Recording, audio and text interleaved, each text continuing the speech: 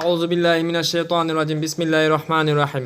আসসালামু আলাইকুম ওয়া রাহমাতুল্লাহি ওয়া বারাকাতুহু। আগের ভিডিওতে আমরা জানিয়েছিলাম সন্তানের পরিচয় এবং তার অধিকার কেন গুরুত্বপূর্ণ। আজকের ভিডিওতে আমরা বিশেষ সব ধর্মের দৃষ্টিকোণ থেকে জানাবো সন্তান পরিচয় এবং তার অধিকার সম্পর্কে কী বলা হয়েছে। এটা পার্ট 2 ভিডিও। তো একটু আগে একটা ভিডিও ছাড়ছিলাম, এটা পার্ট 1 ছিল, এটা পার্ট 2। ইসলাম ধর্ম কি বলে? ইসলাম আল্লাহ তাআলা বলেছেন, ইসলাম ধর্মে আল্লাহ তাআলা বলেছেন সন্তানকে তার পিতামাতার নামে ডাকো, তাহলে তার সত্যিকার পরিচয় পাবে। সূরা আহজাব 5।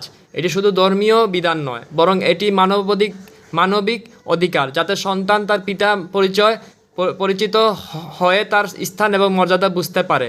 হিন্দু ধর্মের গীতা এবং অন্যান্য ধর্মগ্রন্থে বলা হয়েছে পিতামাতা সন্তানের প্রথম শিক্ষক, তার পরিচয় গোপন রাখা পাপ।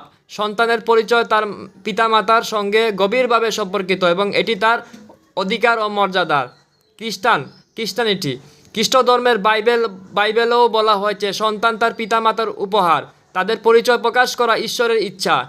ইফিসীয় 6:4 এটি স্পষ্টভাবে বলেছে যে সন্তানের পরিচয় প্রকাশিত হওয়া উচিত এবং এটি ঈশ্বরের ইচ্ছার মধ্যে।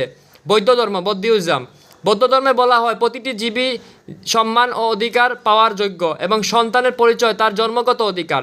বৌদ্ধ ধর্ম সন্তানের পরিচয় তার জন্ম ও মানবিক মর্যাদার সাথে জড়িত, তাই এটি গোপন করা বা লুকানো উচিত নয়। শিখ ধর্মে গুরু গ্রন্থ সাহিবে বলা হয়েছে সন্তান তার পিতামাতার দ্বারা পরিচিত হয় এবং তার পরিচয় তার আত্মার সঙ্গেও সম্পর্কিত।